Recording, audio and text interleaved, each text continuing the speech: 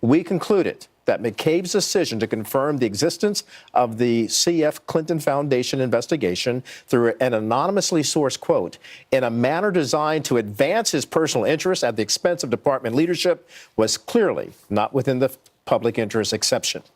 Of course, this comes as Comey is making headlines for what he's revealing in a new book due out soon. Joining me now, former criminal defense attorney Emily Compagno. She's also a former federal attorney.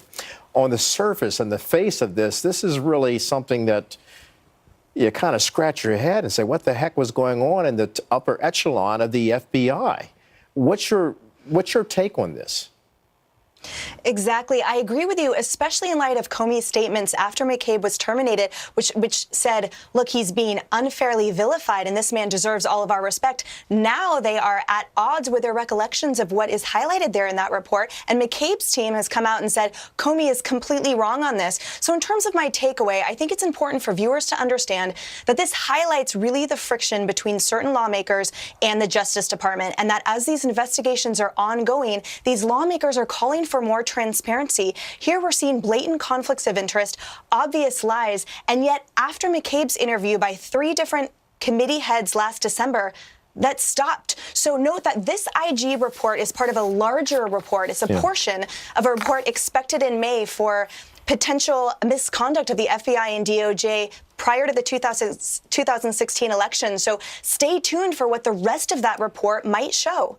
And this IG, Michael Horowitz, of course, was appointed during the Obama administration. So he comes out with this independent report on Andy McCabe. And then I want to read something real quickly from our sister organization, the Wall Street Journal, which wanted to say, for a man who claims to be all about the Bureau, perhaps the IG's most damning line is the one noting that no other senior FBI official corroborated McCabe's testimony that among FBI executive leadership, people knew that generally he had authorized the disclosures. He was leaking information to the media at his pleasure, it seems.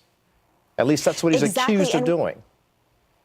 Exactly. And what's so fascinating here is just a month ago, he came out and said, well, I wanted the public to know that the FBI doesn't bow to political pressure, right? I did it. I was involved in that leak because it was important for me to let the public know that we stand proud and tall and are immune from that. But the IG report comes out and says just what you just stated, and that he's serving his self-interests.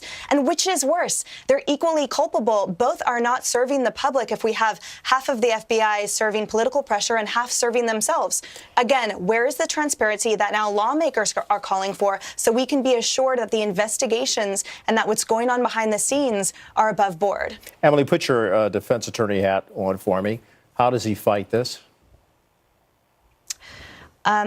He needs to fight it with the least amount of statements as possible. I think depending on what happens with Comey's book tour and his interviews, there's going to be a lot of statements that come forth. And what is particularly damning in the realm of lying under oath or lying not under oath is when you don't qualify anything by saying, to the best of my recollection, or it's my understanding. And so it would behoove him now to stop talking publicly, and also to, if he is asked specifically about anything, if he really isn't sure, as he claimed, well, that journal was a long time ago, then he needs to say, to the best of my recollection, because we're seeing here prosecutions for that.